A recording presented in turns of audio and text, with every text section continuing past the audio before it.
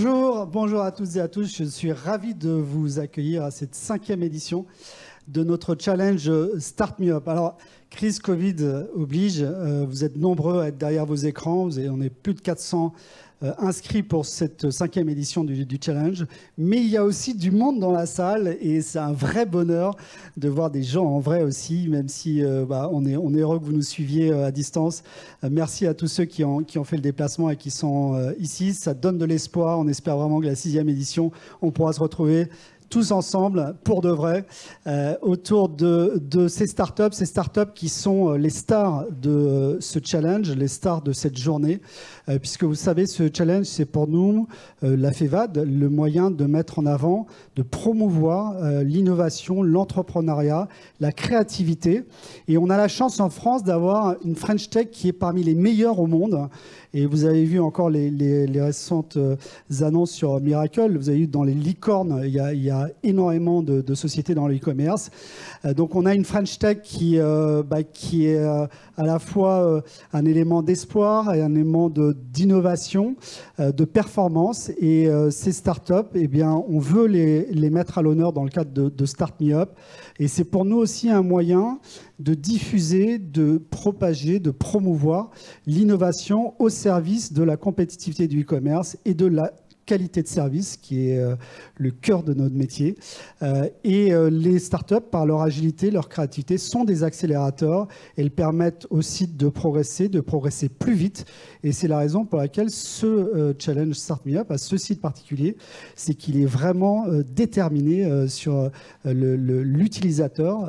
Et notamment, vous allez le voir, à travers notre advisory board, qui est là pour justement juger, apprécier, analyser ces startups au regard de ce qu'elles vont apporter à leurs entreprises et au-delà de ces entreprises, au secteur du e-commerce en général. Donc ces startups, elles vont, vous allez voir dans quelques instants, je suis sûr, vous surprendre. Elles sont de très grande qualité et c'est un challenge qui permet effectivement de les promouvoir. Lorsqu'on a lancé ce challenge, on s'était dit que oui, l'innovation qui est au cœur de nos métiers, devait avoir un événement à la FEVAD, mais qu'on ne devait pas le faire juste de manière un peu gadget, en s'improvisant expert de l'innovation. On s'est dit, il faut qu'on le fasse avec des experts, avec des gens qui ont l'habitude d'analyser, de décrypter, de décoder, d'évaluer les startups, parce qu'on voulait une méthode qui soit à la fois objective, impartiale et qui garantisse la qualité de l'analyse. Et ce partenaire, on l'a trouvé très rapidement, on a échangé avec lui, c'est KPMG. Et quand je dis KPMG, c'est les équipes de KPMG qui nous aident effectivement dans la préparation de ce challenge depuis maintenant 5 ans. Je les remercie pour leur fidélité. Ce sont des experts dans le secteur du retail, du digital, de la transformation digitale, avec une équipe qui est pilotée par François-Xavier Leroux, qui va tout de suite me rejoindre sur scène. On peut l'applaudir.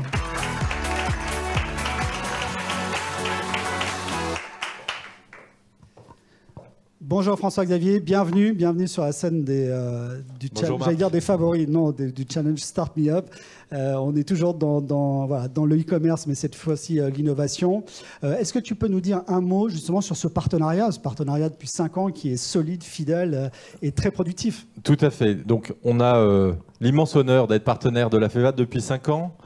C'est toujours un plaisir de participer à ce challenge. Si on travaille sur ces sujets ensemble, c'est que l'e-commerce est une préoccupation centrale de la plupart de nos clients, tous secteurs d'activité confondus.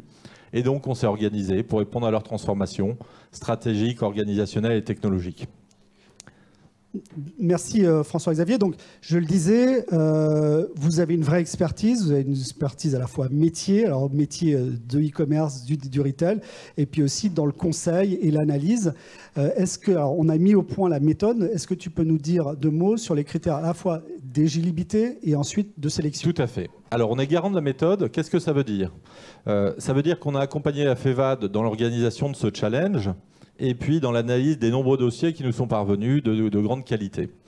L'analyse, elle s'est faite avec un certain nombre d'équipes qui ont pu analyser, regarder en détail l'ensemble des dossiers, un certain nombre de critères d'éligibilité qui convient de rappeler. Des entreprises européennes, moins de 7 ans d'existence, avec un caractère innovant, et puis qui ont du chiffre d'affaires, des clients actifs.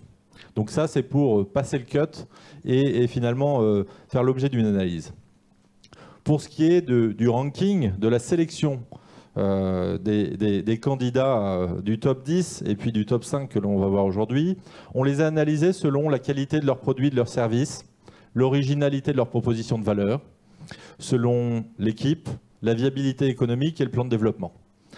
On a soumis un top 10 à nos jurys et on a sélectionné un top 5, les 5 startups que nous allons voir aujourd'hui et que l'on pourra départager. Je tiens à signaler également que l'ensemble des startups qui ont participé à ce challenge figureront dans notre annuaire, l'annuaire Challenge Start Me Up. Voilà. Donc vous voyez un processus en 3 étapes. Vous allez d'abord une sélection avec une analyse des dossiers. Cette analyse, vous allez retrouver dans l'annuaire des startups référencées par la FEVAD et KPMG. 5 finalistes déterminés par KPMG avec l'Advisory Board. Et puis c'est ces 5 finalistes aujourd'hui que vous allez découvrir ensemble et qui vont être ensuite, évidemment, on va déterminer ensemble avec l'Advisory Board et l'ensemble des participants, des professionnels, laquelle mérite le titre de meilleur solution e-commerce de l'année. Avant qu'on passe à la suite, François, peut-être un petit mot d'actualité. Est-ce que la crise Covid a eu un impact sur, sinon la qualité, le nombre, le type de dossier? C'était une bonne surprise. On a eu beaucoup de dossiers et de très bonne qualité.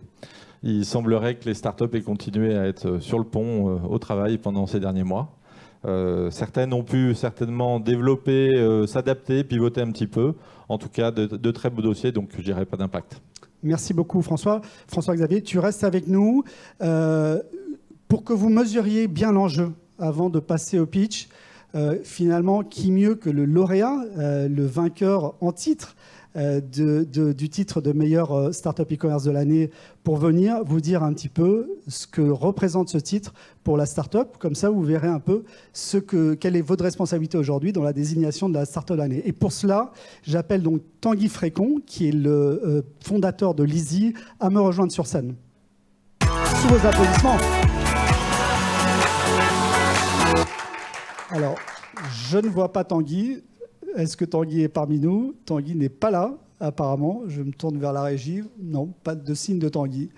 Alors, est-ce qu'il est resté bloqué dehors? Est-ce qu'il est ailleurs? On ne sait pas. Ce que je vous propose, donc, pour enchaîner, je parlais de dispositifs et c'est important quand même que vous ayez la connaissance de tout le travail qui est fait derrière. Ce que je vous propose dans ce dispositif de Start Me Up, il y a un élément clé, il y a un élément fondamental qui est structurant pour toute l'épreuve, c'est l'Advisory Board. L'Advisory Board, il est composé de grands professionnels, du secteur du retail. Ah, Tanguy nous a rejoint. Alors attends, Tanguy, reste là, 2 secondes. Voilà. De professionnels du e-commerce, on va changer un petit peu le programme, c'est pas de souci. De professionnels du e-commerce, ils ont un rôle tout à fait important, un rôle tout à fait clé. Je vais leur demander de me rejoindre sur scène pour vous les présenter. Et on va appeler tout de suite Nathalie Bala, qui est coprésidente de La Redoute.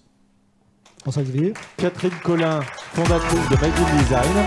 Et Elodie Pertizo, qui est chef e-commerce, transformation digitale et data, il ne faut pas l'oublier. Et d'ailleurs, j'aurais une question pour Elodie sur cette partie de son titre.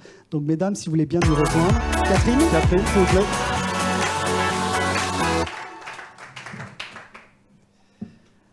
Alors, bienvenue aux membres de l'Advisory Board, à qui on va poser quelques petites questions pour démarrer.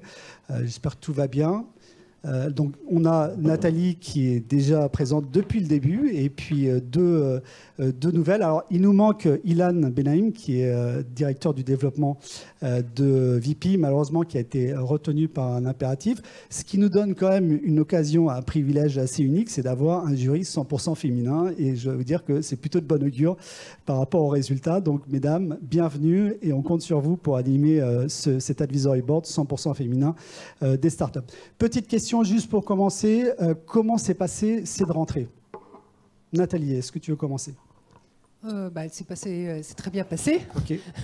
Je dirais avec une normalisation liée au fait qu'il y ait une vaccination plus importante de la population, une circulation moindre du Covid. Donc Une très très bonne rentrée. Est-ce qu'on a eu un impact avec la réouverture des magasins ou est-ce qu'on a un impact mais on reste sur des niveaux très hauts?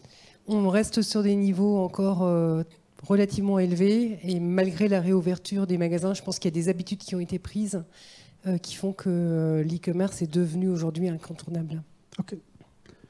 Nathalie? Catherine. Très bien, très bonne rentrée. On est effectivement toujours sur des croissances quand même très fortes sur le secteur de la maison. On est omnichannel et donc les magasins ont revu leur public et je dirais de façon intensive. Et on a une rentrée qui est très animée autour de plein de sujets et notamment les co-responsabilités et qu'on fait vivre dans nos magasins et qui drainent certainement aussi un nouveau public et de nouveaux intérêts. Ok. Alors, c'est vrai que la Redoute, c'est le textile, mais c'est aussi la décoration. On va publier, je dis ça pour l'ensemble des téléspectateurs et participants, on va publier les chiffres. Le secteur de la maison, c'est juste incroyable. La décoration maison n'arrête pas. C'est le seul secteur qui continue à accélérer. Alors que les magasins ont réouvert, etc. C'est tout à fait impressionnant. Je vous donne rendez-vous la semaine prochaine pour découvrir les chiffres. Mais la déco marche bien aussi en magasin. Tout à fait. Voilà, mais on aurait pu penser effectivement que la réouverture des magasins, après une croissance quand même très forte, allait mettre un petit peu de ralentissement. Ce n'est pas le cas. C'est un des seuls secteurs qui continue à avoir un taux de croissance qui est tout à fait impressionnant. Élodie, même question. Alors, Élodie, un petit mot, bravo pour le data. Parce que c'est vrai que normalement, c'est voilà, e-commerce, transformation digitale. Vous avez rajouté la data dans le titre, et je pense que vous avez raison, parce que c'est vraiment au cœur de la transformation des retailers. J'espère que ce n'est pas que dans le titre. J'essaye de le rajouter aussi chez Carrefour. Et d'ailleurs, la rentrée, elle illustre bien ça. Je dirais que je suis d'accord avec ce qu'on a dit, très animée, même effervescente, parce que je pense qu'on voit les résultantes de tout ce qui a été fait dans le premier semestre, de toute l'innovation, tous les mouvements de marché. Donc ça fait une rentrée, je pense, hyper stimulante. Et en même temps, moi, effectivement, à la question de comment se préfigurent les prochains mois, quels sont les nouveaux comportements clients. Il y a beaucoup d'inconnus aussi en réalité, et c'est là où on voit, on met beaucoup de data et on a quand même du mal aujourd'hui à se dire exactement qu'est-ce qui va rester, qu'est-ce qui va être pérenne, qu'est-ce qui est plutôt conjoncturel, comment les comportements vont vraiment évoluer dans la durée. Moi, je suis pas dans la maison. Alors nous, ce qui reste beaucoup, c'est autre chose. Nous, c'est plutôt la boucherie, les fruits et légumes, et ça, c'est un comportement post-crise qui demeure. Avant, les gens n'achetaient pas ça en ligne ou très peu. Donc voilà, la maison et les côtes de porc, je pense. C'est ça, les tendances de la rentrée. Voilà, donc tendance à la rentrée. Un mot quand même, Élodie, très intéressant. Je trouve que enfin, on a presque l'impression d'une start-up là, chez Carrefour. Vous êtes dans le quick commerce, vous innovez partout, les produits consignés, etc. On se dit, waouh, ça déménage.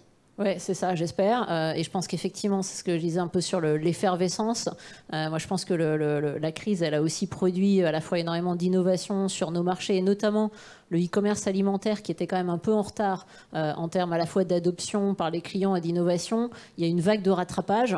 Il y a des fonds dans les marchés qui créent aussi de la capacité à innover. Il y a des habitudes clients qui sont là, il y a de la demande. Et donc, ça crée, je pense, énormément de stimulation. Et moi, mon rôle, c'est qu'on soit au cœur de ça pour comprendre ce qui dans toutes les innovations, ce qui va marcher, ce qui va scaler, ce qui va être plutôt des choses probablement qui vont se transformer. Donc oui, on essaye d'être un peu sur toutes les balles des startups, donc c'est passionnant de les voir aussi aujourd'hui. Vous n'allez pas être déçus, on va voir ça tout de suite. Avant de lancer officiellement le démarrage des pitchs, François-Xavier, je le disais, il faut que vous compreniez bien sûr l'enjeu. Et maintenant qu'on a vu le décor est en place, l'advisory board est là, je vois les startups qui sont sur les starting blocks, si je puis dire. Je vais vous demander d'accueillir Tanguy Frécon, qui a retrouvé le chemin du MEDEF et qui va se joindre à nous sous vos applaudissements. Bienvenue, Tanguy. Bonjour, désolé pour le retard. Bonjour Tanguy. Problème de vélo. Attends, approche-toi un petit peu, comme ça tu vas être dans la lumière, qui est ce que tu mérites. Avec Lizzie, alors juste 2 mots, parce que le temps passe très vite. Est-ce que tu peux rappeler pour les gens qui ne connaissent pas ce que c'est d'abord Lizzie en quelques mots? Alors Lizzie, on est une jeune start-up, on a 3 ans. On aide les marques, les enseignes et les grands groupes à se lancer dans l'économie circulaire grâce au nouveau modèle économique de location, de vente de seconde main, d'essayage avant achat, donc les options d'achat.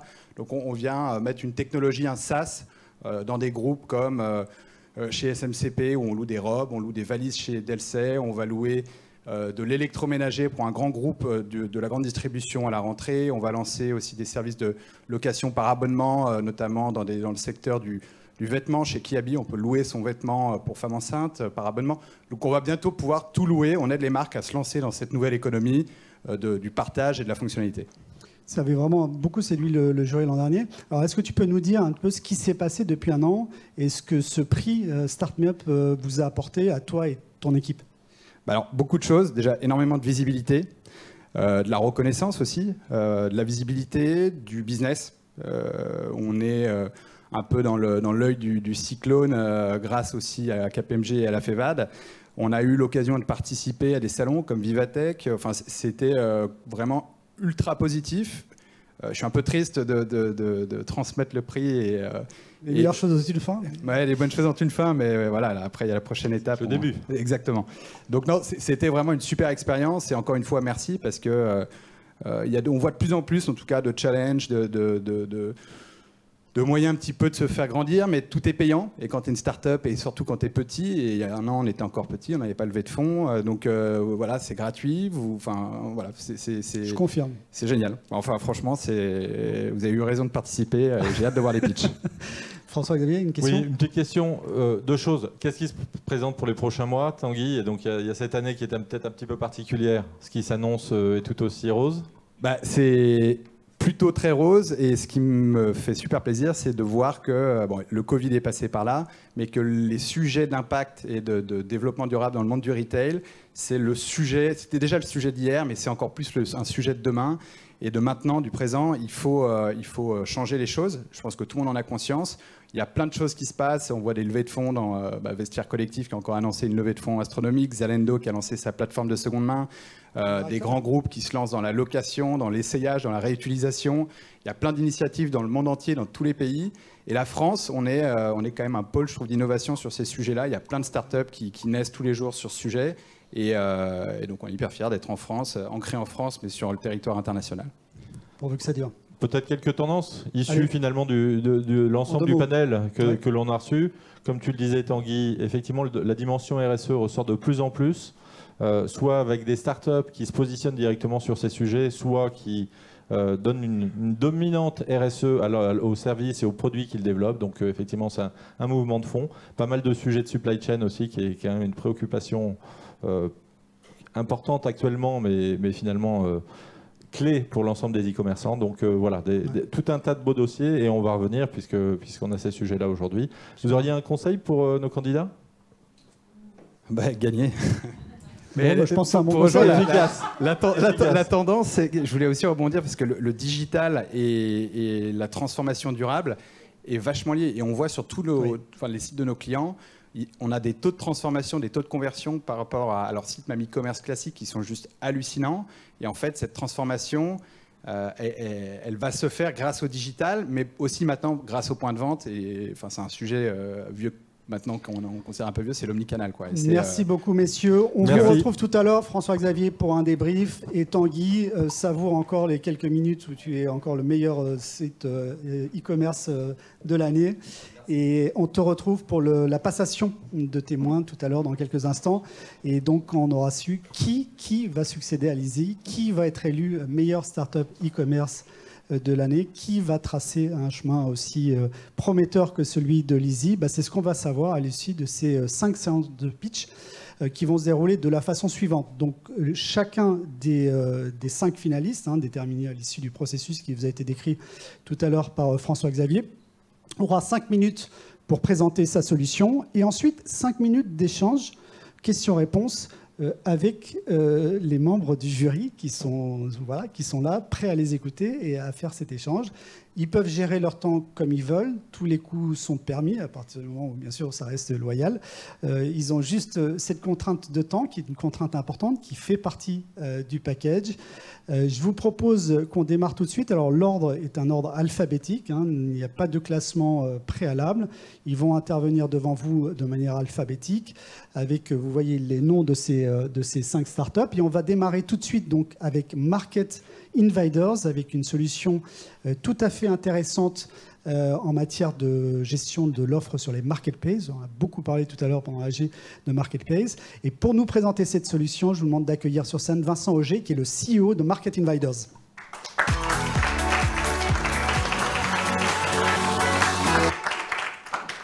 Alors, bonjour Vincent, on va vous donner un micro. Est-ce qu'on a un micro?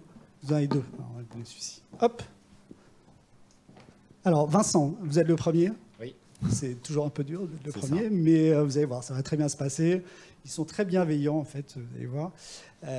Vous avez donc 5 minutes. Dès que je vais sortir, le chronomètre va s'enclencher. On a votre présentation qui va défiler. Vous avez l'outil magique qui va vous permettre de les faire défiler. Et donc, le timer va s'afficher de l'autre côté. Voilà. Et vous avez votre présentation avec les retours ici. Je vous souhaite bonne chance, un bon pitch, et on se retrouve dans 5 minutes. Merci. Donc je commence quand je veux ou... Ah oui, vous commencez. Il faut juste qu'on vous lance le timer, mais voilà, c'est parti. Ok. Voilà, alors bonjour à tous, je m'appelle Vincent Auger. Je vais vous présenter Market Invaders, qui est une application SaaS qui permet aux marques et aux distributeurs de démultiplier leur chiffre d'affaires sur plus de 100 places de marché. Alors quand on parle de places de marché, on parle d'Amazon, de Cdiscount bien entendu, mais de beaucoup d'autres, dont La Redoute et Carrefour, qui sont représentés ici aujourd'hui. Alors avant de rentrer dans le détail de la solution, je voulais revenir sur ce qui est important pour les marques et les distributeurs. Aujourd'hui, ils ont besoin de trouver des relais de croissance pour vendre leurs produits finalement en ligne. Et ça, c'est d'autant plus vrai avec la crise sanitaire qu'on a tous vécu. Donc, quand on regarde les chiffres de la FEVAD, ce qu'on voit, c'est qu'il y a une véritable explosion du e-commerce mondial depuis quelques années, et c'est poussé par les places de marché.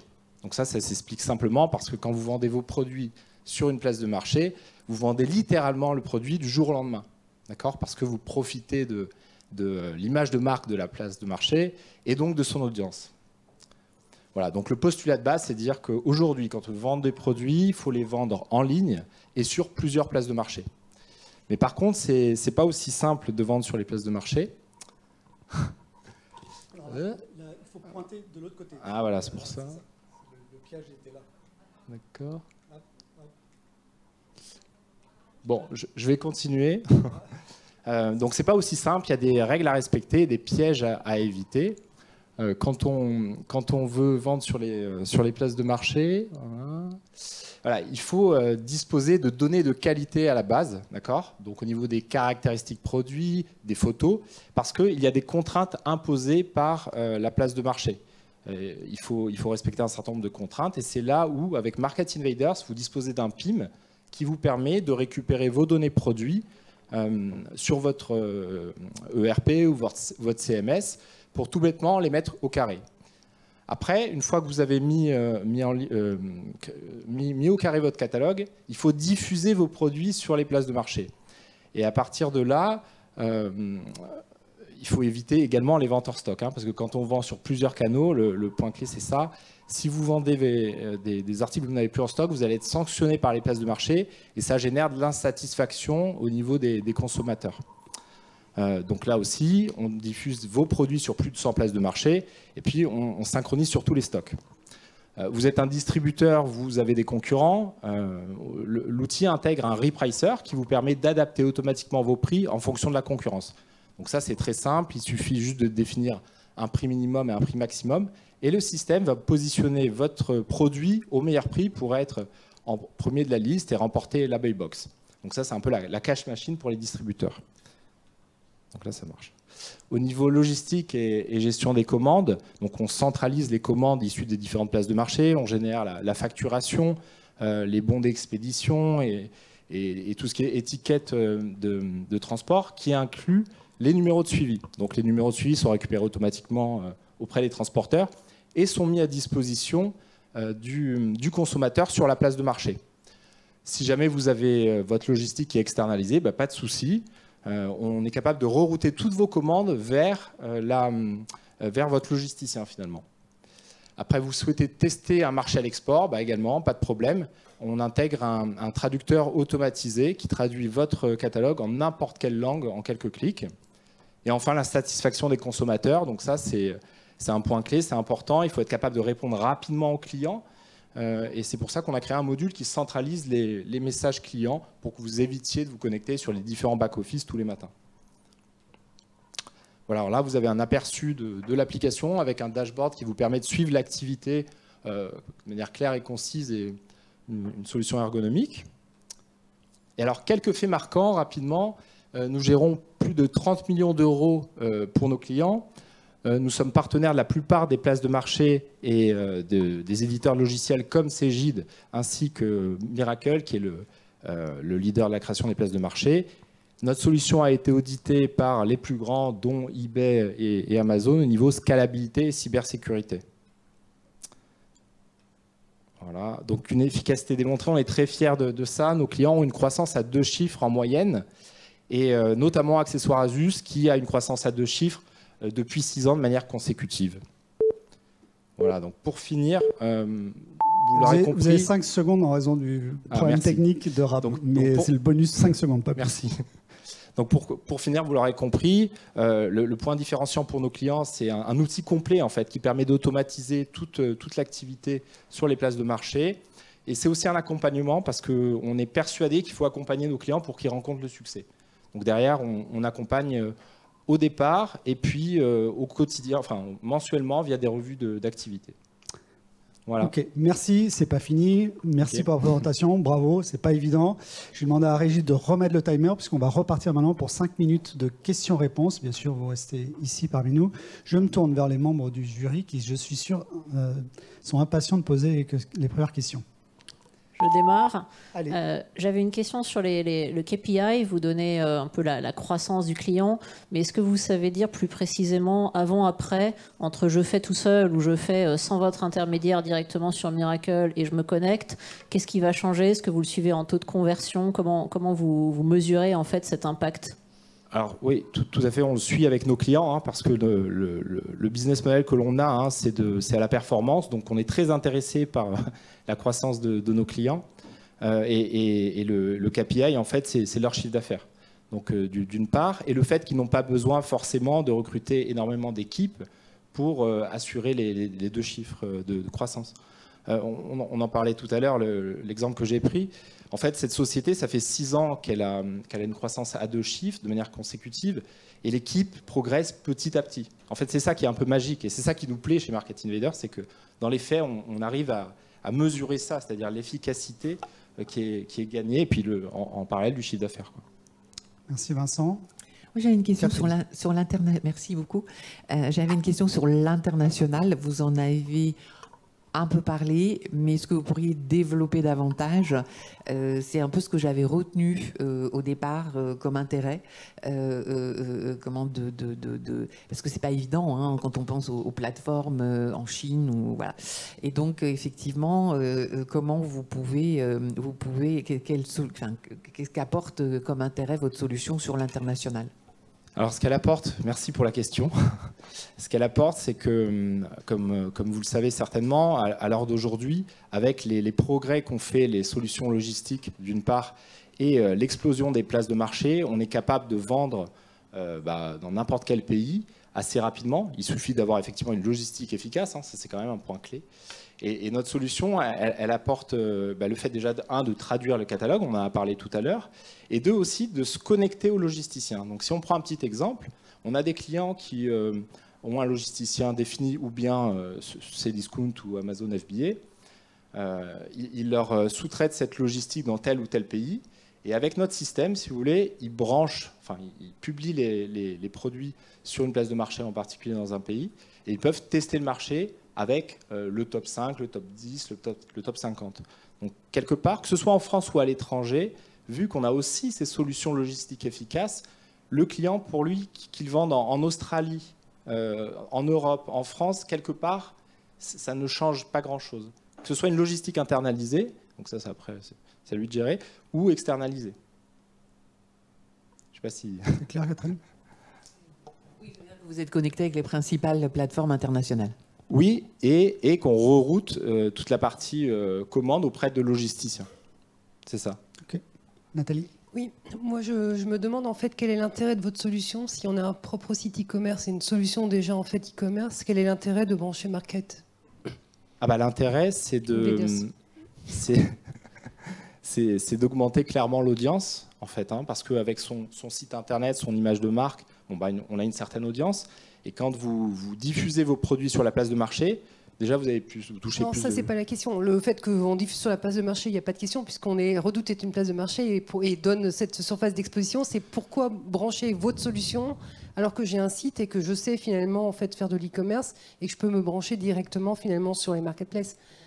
Ben, tout bêtement parce que vous allez gagner du temps, parce que notre système il est connecté avec des modules à votre site internet, hein, Shopify, PrestaShop ou d'autres. Et donc, on va pouvoir automatiser tous ces flux, récupérer votre catalogue produit et le diffuser beaucoup plus facilement. Donc, vous allez avoir un seul outil pour gérer à la fois votre site internet, parce que c'est ce qu'on fait parfois aussi. On gère à la fois les flux sur les places de marché et les flux sur les sites de certains de nos clients. Donc, on est capable aussi de s'adapter à l'organisation du client. On n'est pas qu'une solution ça, si vous voulez. On fait pas mal de développement spécifique pour répondre à ce genre de besoins. Et votre ambition à 5 ans? À 5 ans, c'est de démontrer que notre promesse, elle va faire la différence, c'est-à-dire avoir un outil complet, abordable, avec un suivi sérieux, c'est-à-dire en accompagnant les clients. Ce qu'on voit, c'est qu'il y a beaucoup d'outils SaaS, tout est automatisé et beaucoup pédale dans la semoule, en fait. Et je viens du conseil et je pense que c'est important d'accompagner. On va utiliser les 17 secondes pour une dernière question de Catherine qui va conclure la session. Il y a quand même d'autres solutions sur le marché, donc en quoi la vôtre est plus pertinente que l'existant? Alors les autres solutions, en règle générale, elles font une partie, certains modules, de la traduction, de la publication ou de la gestion des commandes ou bien du PIM. Chez nous, en règle générale, on remplace 2 à 3 acteurs quand on vient chez un nouveau client qui était géré via d'autres partenaires, quoi. Merci beaucoup Vincent, c'est la règle du jeu, ouais. C'est parfois un peu frustrant, mais c'est comme ça, on peut l'applaudir. Merci. Merci, bonne chance. Donc je vais reprendre le micro, hop, bonne chance à vous. Et donc on va enchaîner avec la deuxième start-up qui va nous rejoindre. Donc on va parler maintenant de marketing personnalisé. Vous savez, beaucoup de choses autour des cookies, de la réglementation de cookies, la possibilité ou non d'utiliser à l'avenir ces cookies pour faire de la personnalisation. Il semblerait qu'il y ait d'autres solutions et de plus en plus de solutions sans cookies qui voient le jour et même des grands acteurs aujourd'hui qui disent qu'ils vont supprimer les cookies tiers. On a hâte de découvrir la solution que nous propose Potion et c'est Vincent Gauche, le cofondateur, qui va nous les présenter. Donc Vincent, vous connaissez la règle. Bon, vous avez vu, ils ne sont pas toujours faciles, donc il faut bien se préparer. Ça va démarrer. Dès que ça démarre, c'est à vous pour 5 minutes. Merci beaucoup. Bonjour à toutes et à tous. Je suis Vincent Gauche, cofondateur de Potion, qui est la plateforme. C'est juste le timer, ne vous inquiétez pas. Qui est la plateforme de personnalisation e-commerce respectueuse de la vie privée. Alors, quand vous posez la question aux consommateurs, 2 tiers d'entre eux vous disent que, de leur point de vue, la personnalisation est devenue la norme. On le voit très bien sur les sites qui font référence aujourd'hui, comme, j'arrive pas à cliquer, ah oui, c'est là, comme Amazon, Netflix, Starbucks, ou même, dans une certaine mesure, sur les sites pour se rapprocher de cette salle, sur laredoute.fr par exemple. Cette personnalisation, elle a permis de développer les ventes en ligne. Notamment, quand vous demandez toujours aux consommateurs, 40% d'entre eux vous disent qu'ils vont dépenser plus sur les sites qui personnalisent leur parcours en ligne. Voilà, mais ça pose 2 problèmes. Le premier problème, c'est que la personnalisation, certes, les consommateurs s'attendent à être reconnus lorsqu'ils visitent un site, mais ils ne s'attendent pas à être espionnés. Or, la personnalisation, jusqu'ici, s'est faite au mépris de la vie privée des internautes. Avec les cookies, comme vous le disiez, on collecte des milliers de données de navigation, de données comportementales, émotionnelles. On agrège ça avec des données issues des réseaux sociaux pour en déduire des profils de visiteurs. Et en fonction de ces profils, vous allez essayer de personnaliser les parcours ou les produits, les contenus que vous présentez à vos visiteurs. Or, quand vous leur posez la question une nouvelle fois, 30% des internautes répondent qu'ils souhaiteraient pouvoir refuser les cookies sur les sites qu'ils visitent et maîtriser la gestion de ces profils qui sont créés sur eux. Le deuxième problème que ça pose, c'est que malgré la démocratisation du big data, des algorithmes d'intelligence artificielle, la personnalisation reste complexe à mettre en œuvre et à déployer concrètement sur un site internet. Vous êtes capable de calculer des profils très compliqués, mais pour en faire quelque chose sur votre site, là, ça se complique. Ce sont des projets au ROI non garantis, qui peuvent prendre plusieurs mois. Il est difficile d'en mesurer l'impact et au final, votre solution risque de dégrader la performance de votre site parce que le chargement des pages va se ralentir. Bref, tout ça est assez compliqué et finalement peu accessible, notamment pour les petits ou moyens acteurs du e-commerce. Chez Position, nous révolutionnons... Pardon, je ne sais pas ce qui s'est passé. J'ai dû cliquer 50 fois. Si vous pouvez revenir en page 4. Chez Position, nous résolvons en fait ces deux problèmes à la fois. En nous appuyant sur notre technologie qui s'appuie sur les principes du edge computing. Ça nous permet de personnaliser les parcours des visiteurs sans extraire aucune donnée les concernant. Notre tag en fait, rend le site autonome. Il lui confère le pouvoir de stocker, analyser, enrichir et activer la donnée directement là où elle est générée, c'est-à-dire dans le navigateur de l'internaute. Ça permet de rendre la personnalisation plus simple à mettre en œuvre. Pas de création, pas de maintenance de bases de données centralisées, complexes, pas d'analyse sur ces grandes bases de données. Plus rapide, parce que les réponses sont directes. Le navigateur s'adapte en temps réel en fonction du parcours du visiteur en cours. Et puis, surtout, plus respectueuse de la vie privée, puisqu'on protège complètement la donnée de navigation. Elle reste là où elle est générée dans le navigateur. C'est gagnant, gagnant, gagnant. C'est gagnant pour le e-commerçant. Il améliore facilement l'expérience sur son site et booste ses revenus à travers le panier moyen, les taux de conversion de plus 5 à plus 10%. Pour les internautes, ils trouvent plus facilement ce qu'il est venu chercher sur le site, tout en gardant un contrôle total sur sa vie privée, sur ses données personnelles. Enfin pour la planète, parce que moins de collecte de données, c'est moins de transport, moins de stockage de données sur des serveurs consommateurs d'énergie.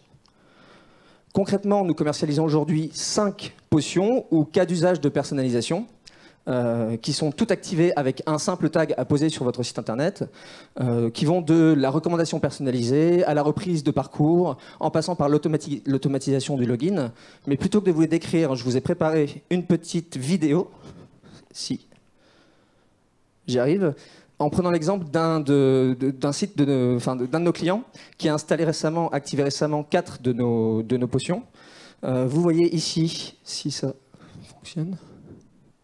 Voilà, donc de la recommandation personnalisée qui peut soit s'intégrer dans une fiche produit directement en bas de page, soit à d'autres moments du parcours, ça peut être dans une bannière en suraffichage, ou bien dans une pop-up au moment de l'ajout au panier. Tout ceci permettant, lors d'une même session, de montrer le plus possible de produits vraiment pertinents pour chaque visiteur dans chaque session et lui montrer facilement en fait, ce qu'il est venu chercher. On a installé sur ce site une autre potion qui est un raccourci de navigation. On propose à un visiteur qui revient sur la page d'accueil de reprendre son parcours précédent à l'endroit le plus pertinent pour lui. En l'occurrence ici, directement dans son panier. Notre business model, c'est un pur SaaS, donc c'est un abonnement au tarif fixe, sans engagement. Le prix dépend de la taille de votre site et du nombre de potions que vous activez. Pour garantir le ROI, il n'y a pas de frais de mise en œuvre. Et nous avons déjà convaincu plusieurs dizaines de sites d'essayer nos potions et je vous enjoins à les rejoindre. Leur témoignage sur notre site internet get-potion.com. Merci. Merci beaucoup Vincent, bravo pour la présentation. C'était juste Merci. Parfait timing.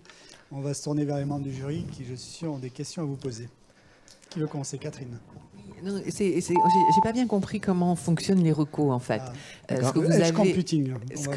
Vous avez, voilà, et en plus, bon, c'est assez simpliste finalement comme proposition rendue sur le site. Alors j'ai compris qu'il y avait 2 potions, hein, donc il n'y a peut-être pas la potion magique sur celui qu'on a vu. Voilà. Alors, c'est très simple. Les recommandations, il y a plusieurs choses à expliquer. Premièrement, sur la manière dont on calcule la bonne recommandation à montrer à un visiteur donné. Donc, l'algorithme qui est déployé, c'est un algorithme finalement relativement simple qui, en fonction des catégories ou des pages qui ont été visitées par un internaute donné, par un visiteur donné, en fonction du produit qu'il est en train de visiter ou bien d'ajouter à son panier, rank tous les produits du catalogue en fonction de la meilleure pertinence, en fonction de la pertinence d'achat complémentaire commentaires ou d'achat pour les gens qui ont vu les mêmes produits que lui ou qui sont en train d'acheter les mêmes produits que lui. Je ne sais pas si c'est clair. Oui, mais ça fait, voilà, ça fait référence à d'autres choses qu'on a déjà entendues. Tout à fait. La deuxième singularité, c'est que tout ça fonctionne de manière autonome depuis le navigateur. C'est-à-dire que l'intelligence, finalement, elle est déplacée dans le navigateur de l'internaute. Et ça permet de gagner du temps en termes de temps d'affichage de la recommandation, plutôt que d'interroger votre base de données et de demander « Tiens, qu'est-ce qu'il faudrait lui montrer là maintenant? Attends, réponds-moi. » Toute l'intelligence est déplacée dans le navigateur, donc le calcul se fait en temps réel et l'affichage est beaucoup plus rapide. Les premiers résultats? Alors, les résultats, on les a mesurés depuis plusieurs mois. Ça fait 1 an et demi qu'on commercialise nos différentes potions. Donc, on est en moyenne entre plus 7, plus 10, plus 12% sur le revenu par utilisateur du site. Donc, en fait, on peut dire plus 7 à plus 10% sur le chiffre d'affaires, qui vont se décomposer entre le panier moyen et le taux de conversion. Et ça dépend du use case de personnalisation dont on parle. Élodie ? Et comment vous gérez le recueil du consentement en fait sur ce cas particulier? Moi, j'ai pas bien compris par rapport au recueil du consentement classique qu'on peut connaître. Oui, bien sûr. Alors, il faut voir que on ne s'envoie aucune donnée sur vos visiteurs. Donc, en fait, vous pouvez considérer nos potions comme étant des fonctionnalités de votre site. Nous, on n'a aucune donnée sur vos visiteurs. On ne vous envoie pas de données complémentaires ou pas de données additionnelles non plus sur les visiteurs de votre site. Donc, les potions sont complètement autonomes depuis le navigateur. Moi, je ne sais pas ce que les gens qui sont venus sur votre site ont vu. En revanche, le navigateur de chaque internaute le sait. Donc, ce qu'on lui donne, c'est la capacité à s'adapter de manière complètement autonome. Voilà. Nathalie? Oui, donc je comprends pas tout à fait, parce que votre potion qui est autonome, en fait, en gros, qui est basée dans le navigateur, comment elle fait pour aller chercher le lookalike ou le produit en fait similaire, si elle n'a pas accès aux données et si elle ne stocke pas de données, etc. D'accord. Donc c'est une bonne question. En fait, elle a accès bien sûr à notre tag. Il est connecté à vos flux, à vos catalogues, donc vos flux produits, à vos catalogues produits. Et les algorithmes sont créés sur la base de données historiques, de données statistiques sur les ventes croisées, les gens qui ont vu telle page ont aussi acheté ça, etc., etc. Mais ensuite, en revanche, pour le mettre en œuvre sur le site, j'ai pas besoin de suivre individuellement chaque internaute. On fait ça directement depuis le navigateur. Mais du coup, est-ce qu'il n'y a pas une vulnérabilité par rapport au navigateur? Parce qu'on a vu que les navigateurs, quand même, aiment bien avoir le contrôle de ce qui se passe et de la manière dont on utilise les outils. Est-ce qu'il n'y a pas une vulnérabilité vis-à-vis des navigateurs? Alors, est-ce que vous en discutez avec eux? Bien sûr, donc l'évolution, on n'en discute pas encore directement avec Google, mais l'évolution de ce que veulent faire les navigateurs et ce que pousse Google justement, c'est une évolution vers des sites de plus en plus autonomes, ce qu'on appelle les Progressive Web Apps, et qui sont justement dans cet état d'esprit d'utiliser au maximum les capacités de stockage et les capacités d'analyse des navigateurs en eux-mêmes. Donc on est plutôt safe de ce point de vue-là en tant que tel. Même si Google a reporté de 1 an. Oui, la suppression des cookies tiers. Voilà. Et est-ce qu'ils ne seraient pas tentés de mettre en place leur propre techno? Alors, c'est possible, mais on n'a jamais vu Google aller à l'encontre d'un développement qui se faisait sur le marché et qui utilisait en plus, ou en tout cas qui était capable d'utiliser ces outils. Donc, Mesdames? Oui, après, moi, ce que je comprends, c'est que vous avez quand même une dépendance super forte en fait, des navigateurs. C'est-à-dire que si le navigateur décide de bloquer votre solution, c'est quoi l'option? C'est comment vous... En fait, pour bloquer notre solution en tant que telle, oui, il faudrait qu'ils décident de nous pointer du doigt et de dire ce tag-là sur le site de laredoute.fr, on n'en veut pas. Ce serait quand même assez surprenant de leur part. Et deuxièmement, pour fermer l'accès aux fonctionnalités des navigateurs qu'on utilise nous pour fonctionner, ce serait se tirer une balle dans leur pied, parce qu'eux, ils veulent avoir les navigateurs les plus puissants possibles pour qu'il y ait le plus de monde qui développe des choses sur la base de leur outil. Donc... Vous avez parlé d'un frais fixe, c'est ça? Oui. C'est une solution ça, c'est en frais fixe. Oui. Vous pouvez nous donner un ordre de grandeur des tarifs que vous pratiquez? J'ai vu que ça dépendait de la taille de l'entreprise. C'est ça. Donc on n'a pas de préférence sur la taille des sites avec lesquels on travaille. On va, en fonction du nombre de potions, vous allez aller de quelques centaines d'euros par mois à plusieurs milliers d'euros par mois. Ok. Bon, magique, pas magique, on va voir, on va en discuter. Merci beaucoup, merci Vincent. Beaucoup. Merci. Merci beaucoup, bonne chance pour la suite.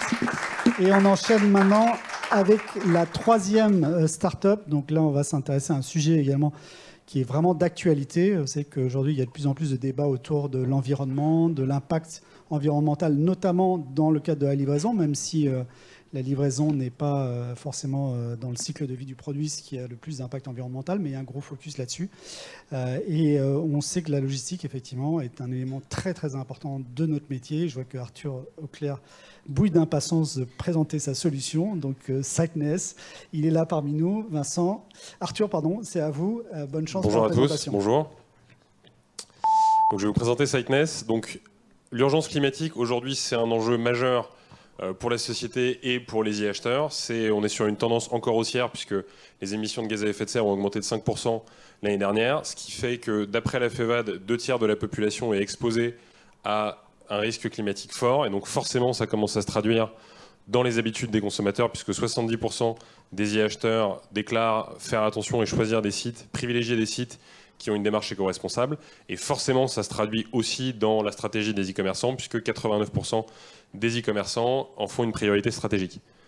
Une fois qu'on a posé ce constat, en fait, un des enjeux majeurs de la décarbonation aujourd'hui, c'est le transport de marchandises, c'est 10% des émissions de GES mondiales, et c'est un des enjeux les plus mal maîtrisés par les entreprises. Pour pas mal de raisons. D'abord, on sait que la multiplication en fait, des livraisons, des colis et du coup des options de livraison qui sont proposées aux clients a un impact sur les émissions de gaz à effet de serre. C'est 30% des congestions en ville, c'est jusqu'à 25% des émissions de GES en ville. Donc forcément, c'est un enjeu stratégique de réduction des émissions qui est très important. Et aujourd'hui, les données sur ces émissions sont très mal maîtrisées par les entreprises parce qu'il n'y a pas de normes en fait, sur la méthode de calcul aujourd'hui. Les données sont très difficiles à obtenir, souvent chez les transporteurs, très disparates. Les ressources dans les entreprises sont mobilisées de manière aléatoire sur les sujets. C'est souvent entre l'équipe RSE et l'équipe transport qui ont aussi d'autres sujets à traiter. Et donc forcément, les outils de calcul ne sont pas bons. Donc on a développé Siteness Carbon, qui est une solution qui a été développée par des experts du transport, qui adresse tous les segments de transport disponibles, qui est déployable complètement en mode plug and play, sans paramétrage par l'utilisateur et qui est disponible sous 4 à 12 semaines. La vision derrière cette solution, en fait, c'est de vous permettre de collaborer avec vos consommateurs pour les engager dans une démarche de réduction éco-responsable. C'est une solution qui adresse tout mode de transport et tout périmètre géographique. Le socle fonctionnel de la solution, c'est un modèle de calcul qui est certifié, qui est basé sur les méthodes scientifiques et sur les meilleurs standards du marché, qui est accessible sur une plateforme web. On a modélisé toutes les organisations de transport disponibles sur le marché aujourd'hui. C'est disponible en mode SaaS. On a une infrastructure qui permet de calculer les émissions de gaz à effet de serre de millions d'expéditions en même temps. On a une API qui permet de restituer ces émissions en temps réel pour les afficher sur votre site. Et on a aussi des dashboards de calcul et de simulation qui permettent à vos équipes transport de mieux piloter les émissions de gaz à effet de serre et de les réduire. Donc concrètement, comment marche la solution, comment marche notre API carbone? Ça ne fonctionne pas.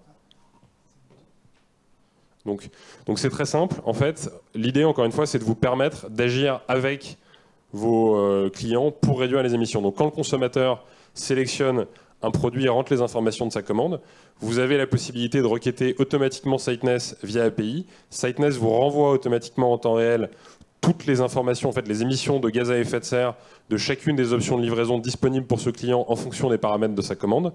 Vous recevez ça en temps réel et vous avez la possibilité de l'afficher sur votre site, à côté des options de délai et de coût, pour permettre à votre client de choisir l'option qui est la plus vertueuse. Ça valorise forcément, ça permet à votre client de matérialiser très concrètement son engagement sur le sujet. C'est aussi très bénéfique pour vous.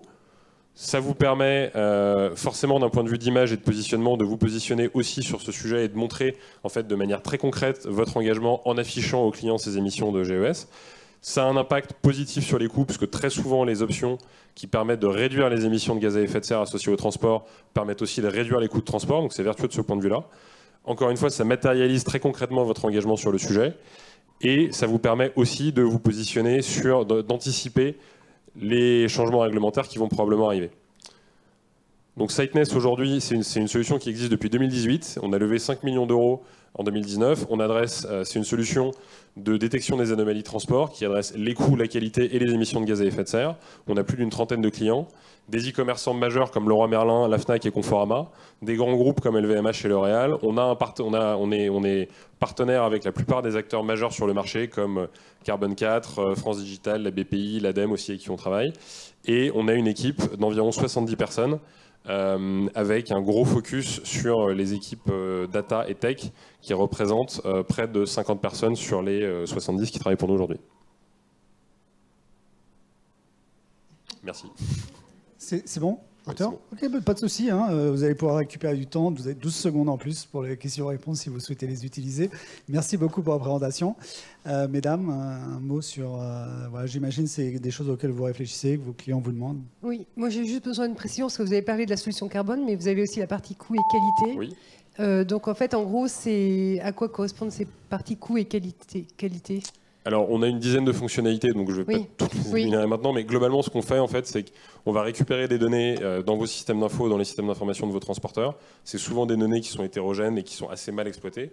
On a la capacité de normaliser ces données. On va ensuite les enrichir avec des modèles de simulation ou des algos, et on va permettre à vos équipes transport de mieux identifier soit des dérives liées au coût de transport ou à la facturation des transporteurs, des dérives de performance sur la qualité, du tracking en temps réel des expéditions.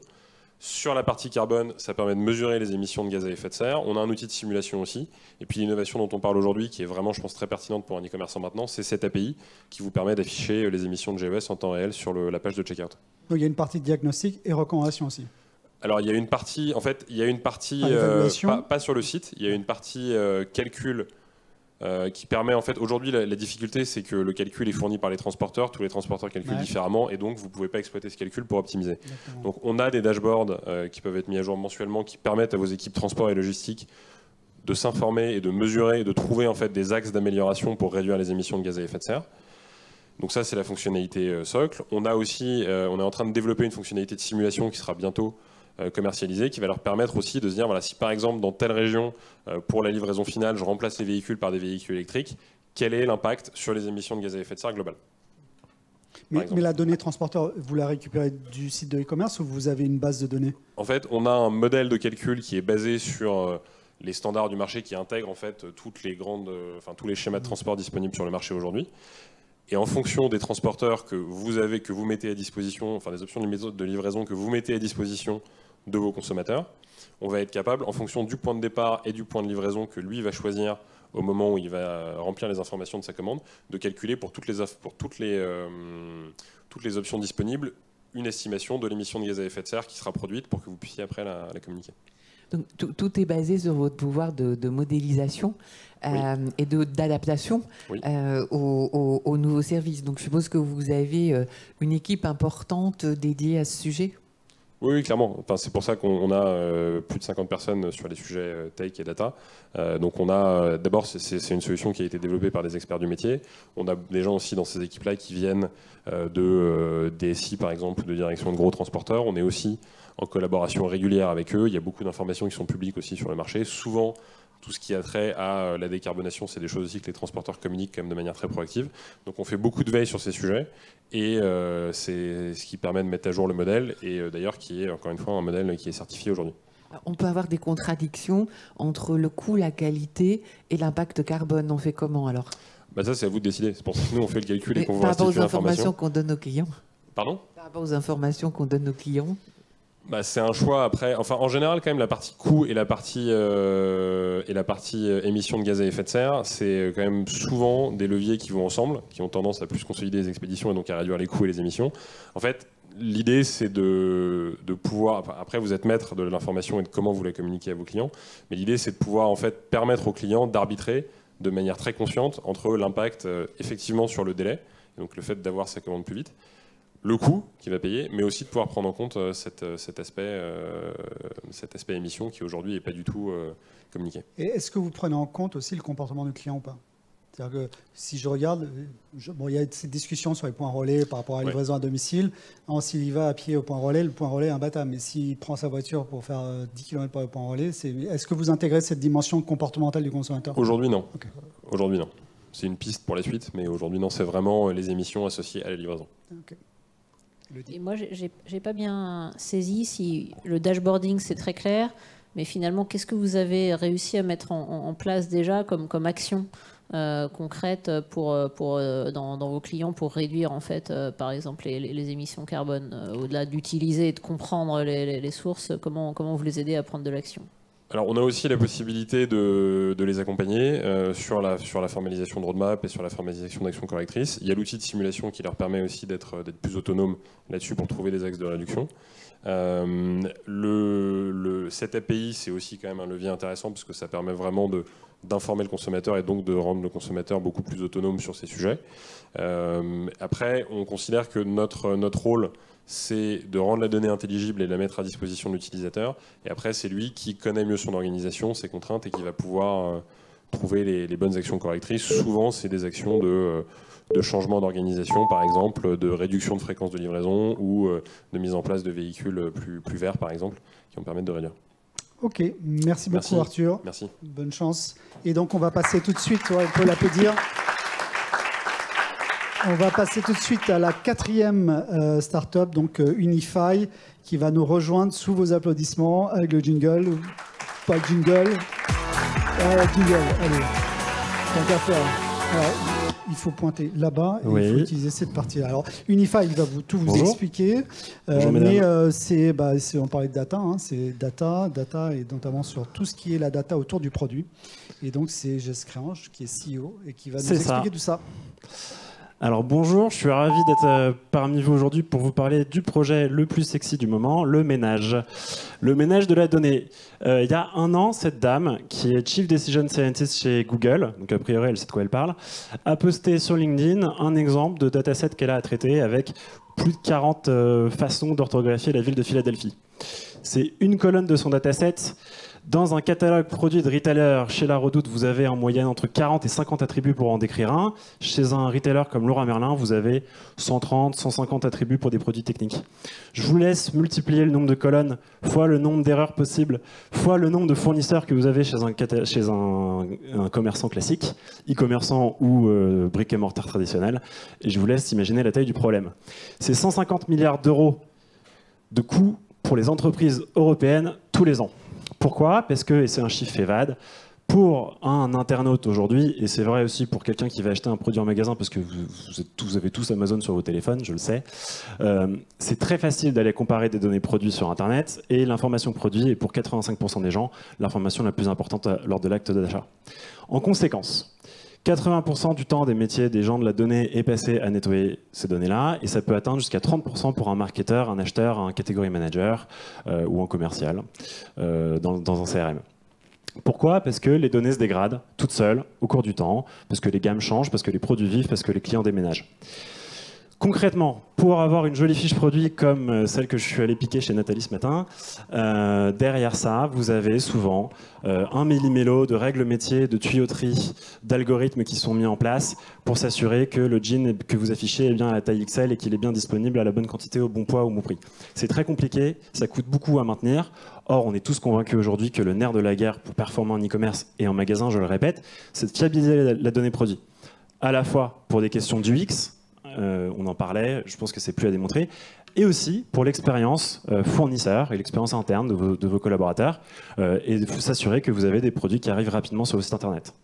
C'est pour ça que nous, on fait cette promesse-là, de récupérer des catalogues pauvres, pas toujours propres, pas toujours très fiables, que vous mettez longtemps à récupérer, et en quelques clics, de les nettoyer, les structurer et les mettre dans un même format, pour mieux les diffuser.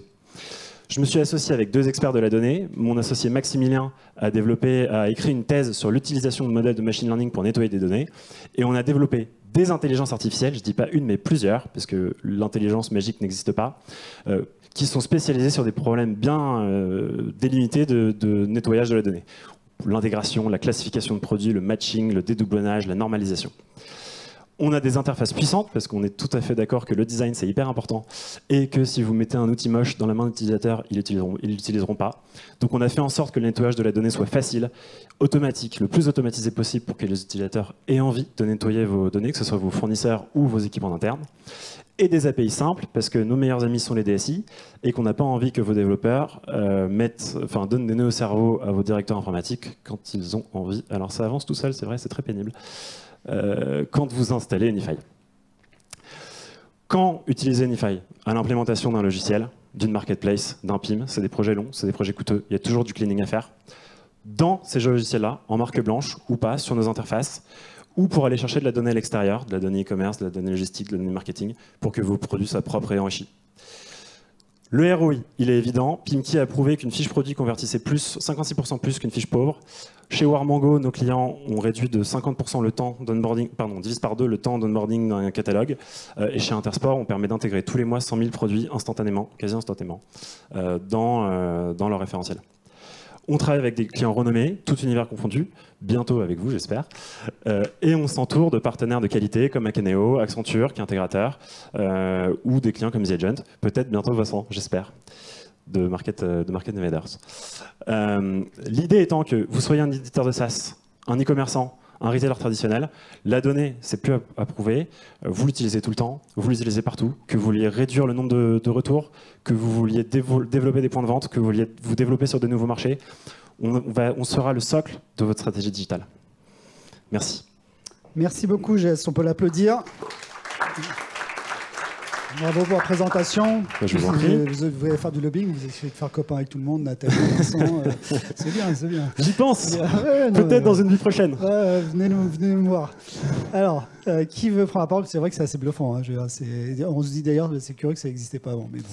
Nathalie. Ouais, moi j'aimerais bien savoir le modèle commercial en fait et le business model. Bien sûr, c'est du SaaS, un peu comme un opérateur téléphonique. Vous avez un abonnement fixe mensuel et au-delà d'une certaine volumétrie de produits à traiter, on facture à l'usage avec une dégressivité très intéressante sur les prix, sur les volumes. Et vous le comparez par rapport aux gains, People.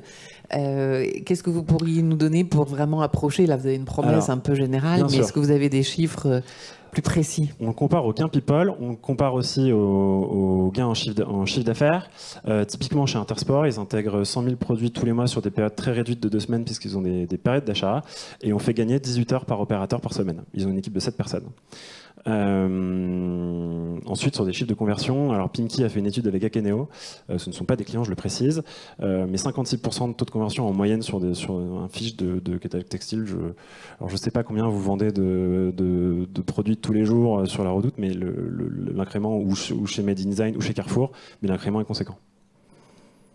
Et vous savez le faire aussi, j'ai vu toutes les références en non-alimentaire.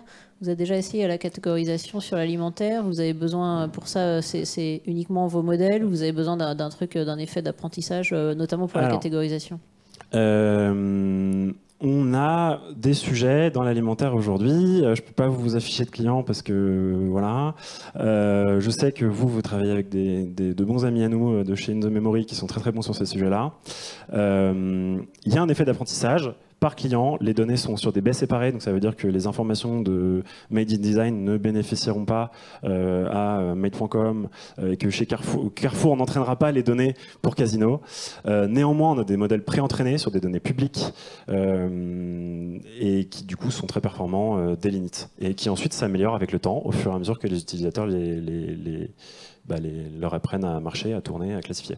Comment vous apprenez justement qu'un choix de catégorie est le bon, etc. Parce que c'est pas que de la conversion à l'article qui vous apprend ça.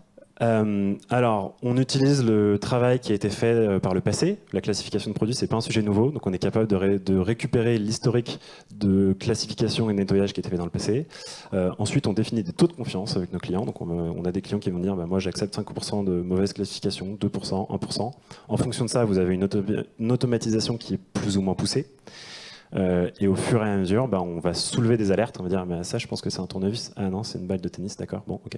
Et la prochaine fois qu'on verra un produit arriver, on saura le classifier en tournevis si c'est un tournevis.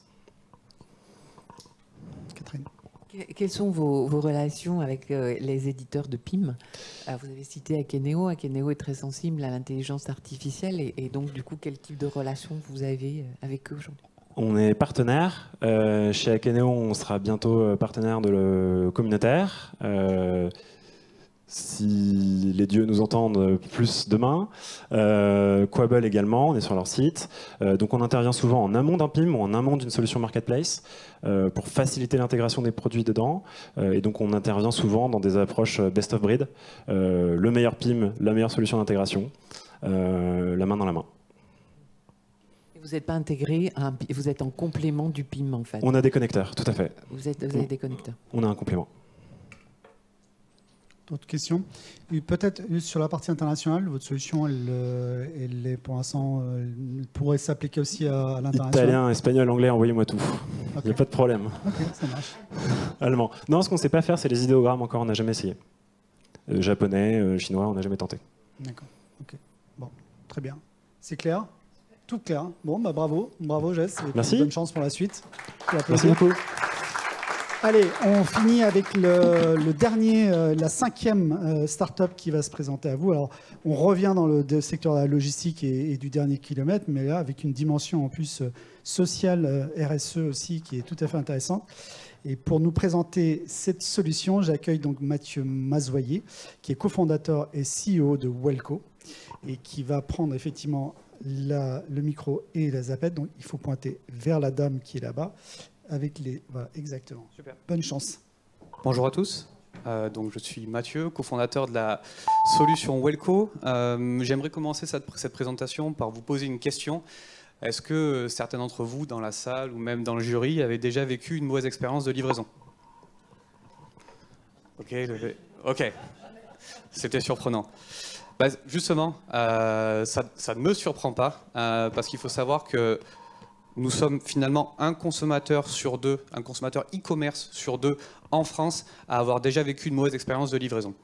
Avec pour conséquence, entre autres, des détours en point relais. Ces détours en point relais qui sont parfois fermés du fait de leurs horaires contraignants. Je prends par exemple l'exemple de la ruralité dont je suis originaire. Il faut parfois faire des dizaines de kilomètres de détours en point relais. On se déplace, on est censé récupérer notre colis, il est fermé, ça génère de la frustration. Et je ne parle même pas des détours pour les transporteurs et les seconds passages qui sont, eux, générateurs de rejets en CO2 inutiles. Du coup, chez Wellco, on a une ambition, on pense qu'on peut revaloriser le marché de la livraison et le marché du e-commerce grâce à l'humain. Et donc, on a créé la première plateforme de récupération de colis entre particuliers. Finalement, on rassemble une communauté d'individus, donc de particuliers, qui sont géolocalisés, notés et rémunérés afin de sauver nos colis. Alors, comment ça fonctionne? Finalement, ça ne change pas grand-chose pour vous, consommateurs e-commerce. Vous allez être amené à choisir votre méthode de livraison favorite sur votre site e-commerce favori. Donc vous pouvez retrouver la livraison en point relais traditionnel. Vous pouvez aussi retrouver la livraison à domicile classique.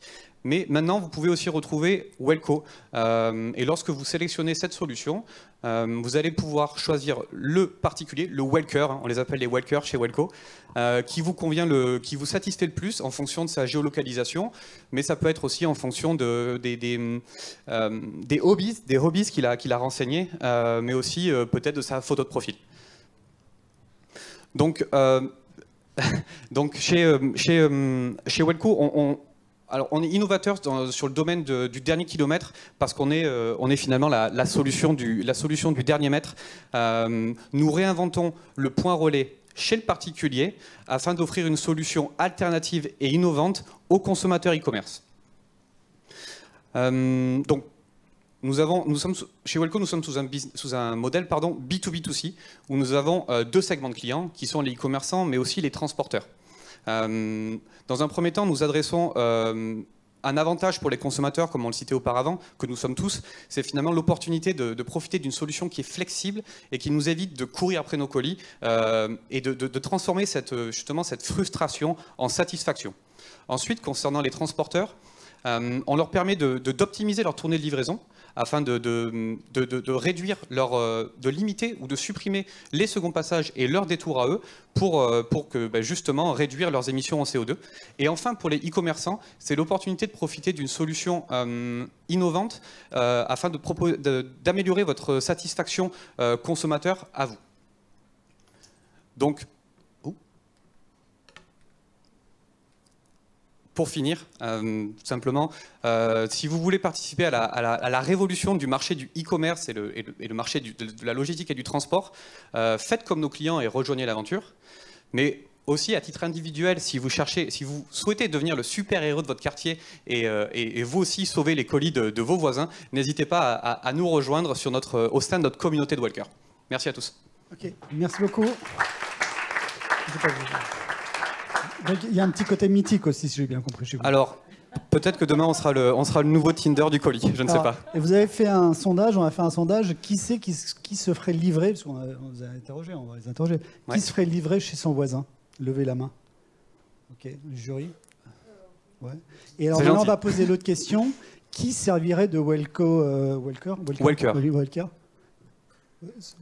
Il y en a moins, c'est tout l'enjeu pour nous, c'est de rassembler une communauté d'individus. Alors, on va en discuter. Ouais, justement, ça rejoint une des questions que j'avais, parce que oui, les points relais, en fait, en gros, ils peuvent être fermés avec des horaires contraignants, mais mon voisin, il peut être parti faire ses achats ou chercher, en fait, ses enfants à l'école. Il a une vie. Il a une vie, voilà, c'est ça. Et puis il part en vacances, et puis en fait, il peut décider de partir en week-end, etc. Donc comment je fais? Et puis en plus, le transporteur, certes, il a peut-être pas déposé 2 fois, et encore. Hein, et au final, en fait, il doit faire quand même beaucoup plus de stock parce qu'il va déposer moins de colis chez chaque voisin. Alors, plusieurs questions, je vais y répondre dans l'ordre. La première question qui concerne justement le fait que le voisin, le Welker, puisse être absent de son domicile. Ce qu'on permet aux consommateurs, c'est d'entrer en contact avec son Welker en amont afin de fixer un rendez-vous pour justement se déplacer et être sûr que le Welker sera là quand on aura décidé de récupérer son colis. Donc c'est justement offrir une solution de flexibilité par rapport à un point relais traditionnel. Et ensuite, concernant la deuxième question, il y a différents process qu'on met en place avec les transporteurs. Je prends l'exemple par exemple de relais colis où on livre d'ailleurs, où certains de nos Welker réceptionnent des colis de la Redoute. On crée des points de massification où finalement sur une même zone, on va avoir plusieurs Welker qui seront disponibles chacun un jour de la semaine ou 2 jours par semaine pour permettre justement à ce transporteur, à ce chauffeur-livreur qui est pressé, de déposer malgré tout un certain nombre de colis.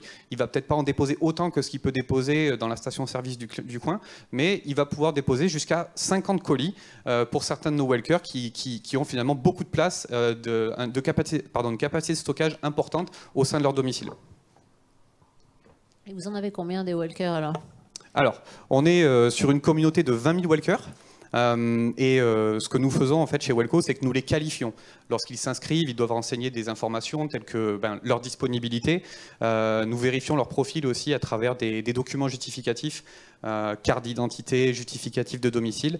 Et une fois qu'on a procédé à cette qualification, on les active par zone pour nos clients. Je prends l'exemple de nos clients transporteurs, mais ça peut être aussi pour nos clients e-commerce, comme on le fait actuellement en tripartite avec Cdiscount et Mondial Relais, où une fois qu'on a qualifié ces Welker, on va les proposer sur la map pour que les consommateurs puissent justement choisir le Welker qui leur convient. Quel est le taux d'adoption de cette solution à l'heure actuelle, là sur les sites où cela est proposé? Alors, on a dépassé les 100 000 colis réceptionnés au sein de notre communauté. Et ce qui fonctionne très bien, c'est quand on est affiché en front, que ce soit directement sur le site e-commerce ou alors qu'on ait une forme de démarcation quand on est intégré directement chez les transporteurs. Je prends de nouveau l'exemple de Relais Colis, Mondial Relais, mais même UPS. Nous sommes affichés au sein de leur réseau de relais, mais sous un nom différent et avec une photo différente, par exemple. Ce qui fait qu'un consommateur en amont va savoir qu'il sélectionne un relais particulier et qu'il va pouvoir bénéficier de cette solution et finalement rencontrer son voisin. Choisir son voisin dans le tunnel de commande, ça ne fait pas baisser le taux de transport. Ça dépend du voisin. Ouais,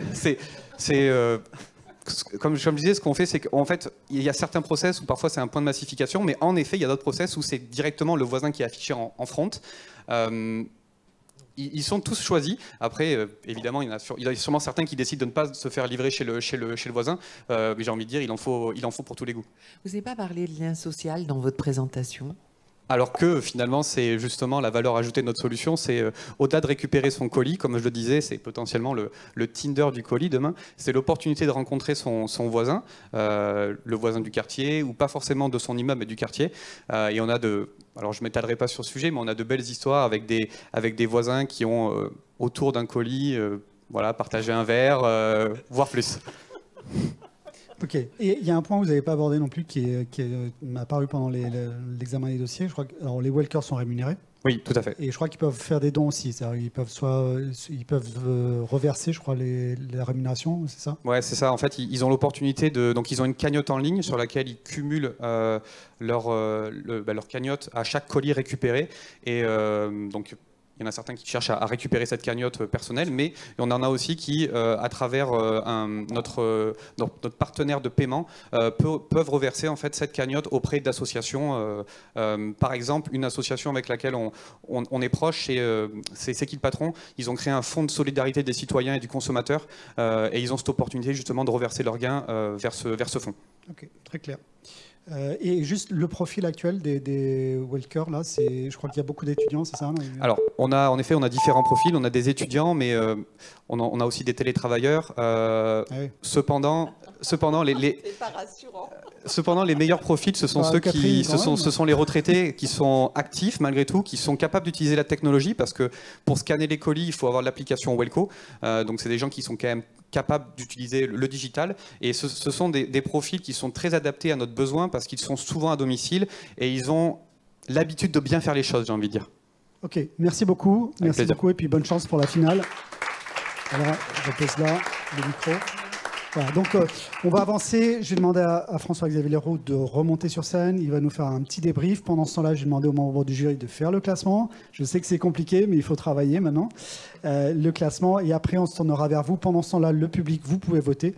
Alors vous pouvez voter, je crois, alors sur un code QR. Voilà, qui va s'afficher ou sur le site. Pour ceux qui sont connectés, vous avez un onglet qui va vous permettre de voter. Vous pouvez le faire soit maintenant, soit, et je vous le conseille, après avoir écouté François-Xavier qui va vous faire un petit débrief de ces 5 candidats. Bon, déjà merci à tous. Un grand merci pour votre dynamisme, pour votre enthousiasme. Ça fait vraiment plaisir. C'est pour ça qu'on fait ce challenge, Marc. Ça fait plaisir de voir ce dynamisme sur scène, et puis très certainement ça nous donne une idée de la dynamique de vos équipes, de votre envie d'innover. On a parlé de marketplace, on a parlé de supply chain, de data, on a parlé de fiches produits aux petits oignons, de marketing sans cookies.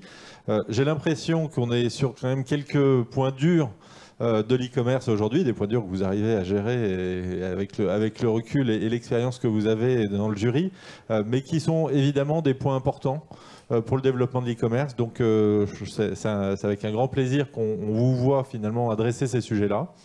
On est aussi sur des sujets innovants, des nouvelles technologies, beaucoup de data, des dimensions un peu durables, sustainable, qui sont pas loin. Donc là encore, on est sur les bons sujets. J'espère que vous aurez la capacité de tester avec peut-être les membres du jury et puis les plus grands e-commerçants de la place vos solutions pour développer vos activités. Merci beaucoup François-Xavier, tu peux rester là. Mesdames, vous avez fini le vote, c'est bon. Alors on va le remettre à Claire et on va encore laisser 5 petites minutes pour le vote, et je vais en profiter pour vous poser une question. Notamment, alors on a vu beaucoup d'innovations, j'aimerais bien que vous nous disiez un petit peu, est-ce que ça rejoint les sujets sur lesquels vous travaillez, et peut-être quels sont les sujets sur lesquels vous travaillez respectivement en ce moment avec des startups. Et deuxième question, comme ça on va faire 2 en 1, vous pouvez répondre comme vous voulez. Est-ce que la crise a eu un impact sur l'innovation et sur la relation avec les startups ou pas? Alors qui veut démarrer? Élodie, si vous voulez, ouais. Déjà sur la deuxième question, nous je dirais oui, beaucoup d'impact. D'abord parce que je pense, enfin en tout cas dans notre secteur, en particulier sur le e-commerce alimentaire, il y a eu beaucoup plus d'innovation, beaucoup plus de start-up, et je pense aussi que ça a challengé, enfin en tout cas pour moi la crise, elle a aussi challengé les grands groupes, elle a aussi challengé un Carrefour sur le rythme, sur l'agilité, sur la nécessité de se mettre aussi au rythme beaucoup plus des start-up, et donc forcément ça change la façon dont on voit cet écosystème. Voilà. Et puis sur l'autre point, moi je trouve que c'est intéressant parce qu'en fait on a vu des startups qui interagissent sur différents moments de la chaîne de valeur et ça présente assez bien, enfin je trouve les différentes questions en réalité très c'est d'ailleurs difficile de comparer parce qu'elles répondent à des moments ou à des questions qui sont assez différentes. Moi il y a un point qu'on retrouve à la fois chez Siteness, chez Wellco qui est très structurant pour nous, c'est toute la question du last mile. Et je pense que c'est un des sujets majeurs en tout cas sur lequel on travaille. Donc en tout cas elles sont sur les bonnes questions. Merci beaucoup Élodie. Catherine. Oui, je pense que voilà, il y a beaucoup de choses qui ont été dites par Élodie. Je pense en tout cas que voilà, globalement, on est dans un environnement qui se questionne énormément. Que ce soit nous, e-commerçants, mais voilà, les commerçants de façon aussi générale. Enfin, ce que je veux dire, c'est vraiment un questionnement de distribution de façon générale et qui donne lieu à des nouvelles initiatives et à une nouvelle recherche. Alors moi, je suis désolée, je radote, mais je suis très, très, très sensible à l'éco-responsabilité. Enfin, on a un fort engagement, que ce soit nous, Made in Design ou le groupe Printemps. Et donc, il y a des discussions actuellement au niveau du groupe pour comprendre comment est-ce qu'on peut être moteur et supportif d'initiatives avec cette approche, en fait. Voilà. Et bon, je pense que c'est l'essentiel de nos préoccupations. Après, bien sûr, on a toujours l'ambition de faire plus de business, mais on prend aussi du recul. Il y a bien une dynamique de surconsommation. Donc il y a vraiment un recul qui est pris aussi vis-à-vis de cette croissance. Et c'est important aussi pour nos équipes. Et parfois on entend oui, alors c'est toujours la chasse au chiffre d'affaires, etc. Donc je pense que c'est important de prendre du recul par rapport à notre environnement collectif et aussi notre environnement d'entreprise et de collaborateurs. Et en fait, on a besoin de donner du sens, en fait. Je pense que c'est voilà, cette innovation, elle va vraiment dans cette voie de donner du sens. Et comme j'ai une double casquette, parce qu'effectivement, on est dans un monde aussi créatif du design, évidemment que là aussi, on est dans cette démarche de donner du sens. Merci Catherine. Nathalie? Oui, donc la crise, elle n'a rien changé. En fait, on continue à travailler avec les startups parce que, comme ça a été déjà dit, les startups nous permettent finalement d'accélérer dans l'innovation et dans les solutions apportées à nos clients. Et concernant en fait les sujets, je pense qu'on est en plein dans le mille sur les startups qu'on avait présélectionnées, sans vouloir nous jeter de fleurs quelconques. Mais en l'occurrence, je pense que le Covid a quand même exacerbé les sujets de supply chain et de livraison et montré que on avait encore énormément de progrès à faire sur ces secteurs-là, même au-delà en fait finalement des solutions proposées par les startups qu'on a vues. Et je pense qu'il y a un autre sujet qui est complètement clé pour justement maîtriser ces sujets-là, c'est la data. On l'a vu, en fait, la propreté de la data, la qualité de la data est quand même un enjeu majeur pour chacun d'entre nous parce qu'il y a une création de valeur énorme sur toute la chaîne de valeur, toutes les chaînes de valeur à travers la data. Donc je pense que là, on a vraiment couvert en fait, un spectre intéressant des possibles pour améliorer la création de valeur des commerçants, tout simplement.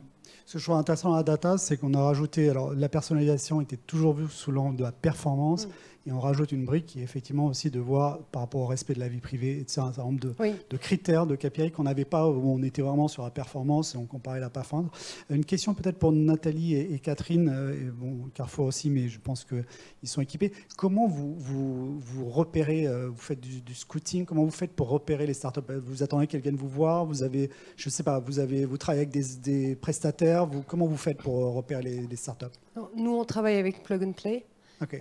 Qui finalement en fait on est spécialisé sur les startups en fait du retail et on a bien sûr énormément de startups en fait qui reviennent vers nous, plus on utilise l'écosystème lillois qui est Euratechnologie qui te permet aussi d'avoir accès à des startups très intéressantes. Catherine? Non, je pense que l'écosystème local est très important. Donc nous, on est basé en Rhône-Alpes, à Grenoble, donc, qui est aussi une terre importante d'innovation de façon générale. Donc je pense que d'être ancré, enfin notre rôle en tout cas, c'est d'être ancré aussi dans notre territoire et de comprendre les innovations qui sont dans le territoire. Après, plus largement, on fait partie d'un groupe, hein, donc c'est aussi une dynamique. D'ailleurs, je n'avais pas réalisé, j'ai Printemps et Galeries Lafayette sur le même. Il ne fallait pas dire, non? Si, c'est public. Ok. Mais voilà, nous sommes voisins, dans tous les sens du terme. Ok, super. Voilà, donc il y a une vraie dynamique au niveau du groupe, évidemment, entre l'ensemble des filiales e-commerce et puis la direction digitale omnicanal. D'ailleurs, tout le monde est très attentif à tout ce qui s'est passé dans le cadre de ce Start Me Up. Super. Et ben justement, on va voir le résultat maintenant de ce qui s'est passé. Donc je me tourne vers la régie qui me dit encore 2 secondes, c'est ça? Encore 2 secondes. Voilà, encore 2 secondes. C'est que les votes doivent être très serrés. Cela étant, c'est vrai que cette année, enfin les autres années, il y avait quand même un dossier qui se détachait un petit peu. Là, cette année, il y a eu vraiment énormément de discussions et je pense qu'on est encore un petit peu là-dedans. Alors, justement, sans trahir le secret, on va voir quand même est-ce que vous aviez quand même un chouchou dans les 3. Alors, c'est pas le classement, hein, mais est-ce que vous avez un chouchou dans les 3? Nathalie?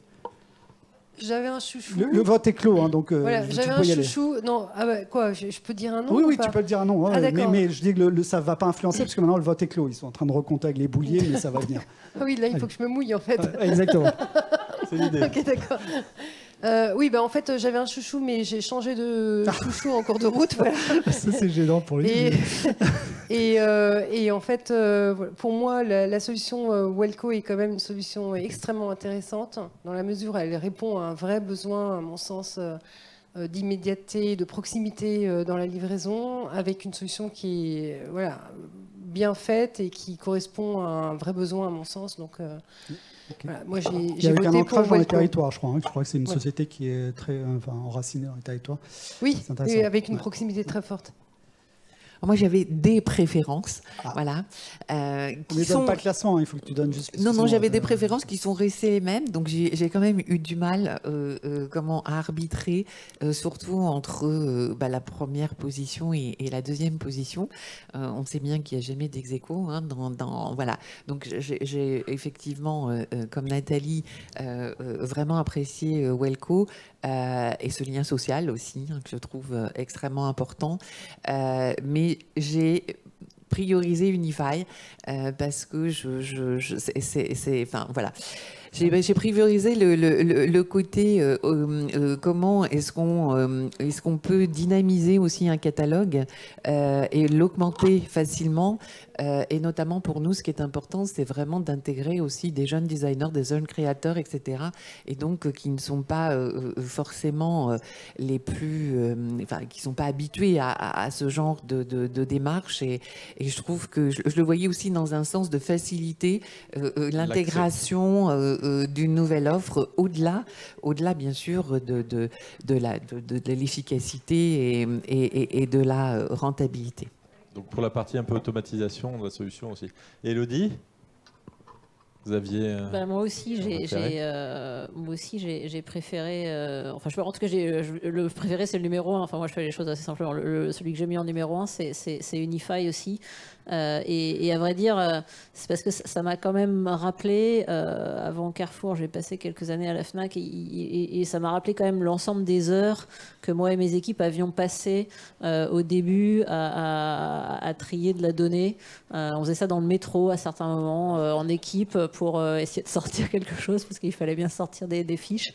Voilà, et je dois dire que voilà, ça a fait écho à une vraie expérience et je mesure encore chez Carrefour la quantité d'équipes qui se battent avec de la donnée. Je pense qu'il y a un vrai truc et je trouve la solution en plus techniquement, en tout cas dans les quelques minutes qu'on a eues, très, très intéressante. Oui, c'est un vrai sujet et on le voit tous. Sur les longues traînes, il y a de quoi faire. Alors Marc, Est-ce qu'on arrive... C'est chaud, hein, je vais vous dire, très très très chaud. Alors, il n'y a pas d'algorithme qui a l'air d'avoir calculé quoi que ce soit. Là, ils se sont mis à 5, FEVAD, KPMG, pour faire le tri. Donc, Tanguy, tu vas nous annoncer tout de suite les résultats dans quelques instants. Alors, c'est intéressant parce que je vais vous donner le classement du jury. Le jury On a déjà quelques indications. Alors, le jury avait classé en premier Unify, en deuxième Welco, en troisième Siteness Execo avec Potion et en cinquième Market Invader. Mais rien n'est joué, puisque vous savez que c'est un mix entre le vote du jury et le vote du public. Et donc là, maintenant, on va découvrir le vote global qui intègre la note du public et du jury. Et donc, Tanguy, je vais te laisser nous dévoiler le troisième et en fait les troisièmes, parce qu'il y en a deux. Ils n'ont pas réussi à les départager. C'est hyper serré et je ne crois pas que l'année dernière, je crois qu'il y avait un cinquième, un quatrième, un troisième, un second et un premier. Donc c'est hyper serré. Donc en troisième position, Execo, Siteness et Welco. Ah. Bravo. On peut les applaudir. Alors, en deuxième position, et là aussi, je crois qu'on a deux deuxièmes, puisque pas réussi à les départager. Et donc deux deuxièmes également. Alors attends, pour faire durer quand même le suspense, donc deux deuxièmes, et on avait prévu de faire durer jusqu'au troisième, mais on va voir le premier tout de suite derrière. Donc tu donnes les deux deuxièmes. Donc deux deuxièmes et un premier. Donc en seconde position, donc, on a Market Invaders et Potions. Et du coup, un grand gagnant, Unify. Unify, donc bravo. Et donc c'est Jess Criange qui va me rejoindre Jess, si tu veux bien revenir sur scène, bravo. Alors je note quand même que le vote du jury et le vote du public étaient identiques, en tout cas sur le premier. Et dans les deux cas, il y avait premier, donc bravo Jess. Bon, bah, un petit mot peut-être pour les fans qui ont voté pour vous. C'est très sympa déjà, merci beaucoup. Je suis content de te prendre le prix, je t'avoue. Je suis content que le sujet vous ait plu, j'espère que je vous aurai tous comme clients, ceux qui en tout cas ont une utilité pour nous. Je vous ai vu sourire vous là-bas, donc je pense qu'on peut s'appeler après. Et je suis sûr qu'on va faire des très belles choses ensemble. Merci beaucoup. Et tout le monde traite de la donnée, vous savez, c'est un enfer. On est là pour vous. Bon, peut-être un dernier mot là du côté du jury et François-Xavier, tu concluras. Nathalie. Moi, je trouve ça super quoi. Bon. Je suis très contente pour eux. Voilà, je pense qu'ils ont une excellente solution et j'espère pour eux qu'ils auront tout le succès mérité. Super. Catherine. Non, c'était vraiment un très beau palmarès. Voilà, donc bravo à tous. C'est vraiment, la première fois qu'on a autant de très beau palmarès. Franchement, les présentations étaient réussies. Donc bravo à tous et bravo aux gagnants. Elodie. Pareil, moi je serais ravie de vous retrouver chez Carrefour pour essayer de tester un certain nombre de solutions. Voilà. Et même peut-être qu'elle fera Welker. Ouais. François-Xavier, mot de la fin. Très grand bravo, effectivement, on est ravis. J'espère que ça vous ouvrira les portes d'un maximum de clients. Et puis nous, on fera tout notre nécessaire pour vous aider, du mieux que l'on peut avec la FEVAD. J'en profite aussi pour remercier le jury. Merci à vous, mesdames, pour votre présence, votre aide dans la réalisation de ce challenge et tous les apports que vous avez eus dans la sélection des dossiers, vous et vos équipes. Et puis j'ai envie de dire, prochain challenge. L'année prochaine. Vraiment un grand merci, parce que je sais que vous avez des agendas de dingue et vous avez joué le jeu. Je pense que c'est important pour le e-commerce, c'est important pour l'innovation, pour tous ces jeunes entrepreneurs qui donnent cette dynamique, cet élan qui fait la force de notre métier, qui fait l'attrait et l'attractivité du e-commerce. Donc vraiment un grand merci pour autant. Merci au MEDEF qui nous accueille aujourd'hui. Merci à vous tous qui avez suivi. Les équipes de KPMG qui ont fait un très gros boulot. Merci à eux. Et celles de la FEVAD, bien sûr, Claire et toutes les équipes qui ont travaillé. On vous donne, bien sûr, rendez-vous l'année prochaine pour le prochain challenge. J'espère que cette fois-ci, on pourra le faire avec plein de monde dans la salle. Les résultats vont être diffusés sur le site de la FEVAD, de KPMG et de notre partenaire e-commerce mag. Et je rappelle également l'annuaire dans lequel vous aurez la fiche détaillée avec beaucoup d'informations à la fois sur les solutions, mais aussi, alors vous les avez vus en vrai, mais il y a aussi les personnalités, les parcours des dirigeants et des entrepreneurs qui sont quelque chose de tout à fait intéressant. Donc n'hésitez n'hésitez pas, plongez-vous là-dedans, regardez, bonne innovation, et puis très bonne fin de journée, à très vite. Je vais appeler les lauréats, tous les lauréats, parce qu'évidemment vous avez tous gagné, c'est comme à l'école des fans ici. Vous pouvez tous monter sur scène. J'ai demandé au monde du jury de rester également pour la photo finale. Merci beaucoup et à très très bientôt.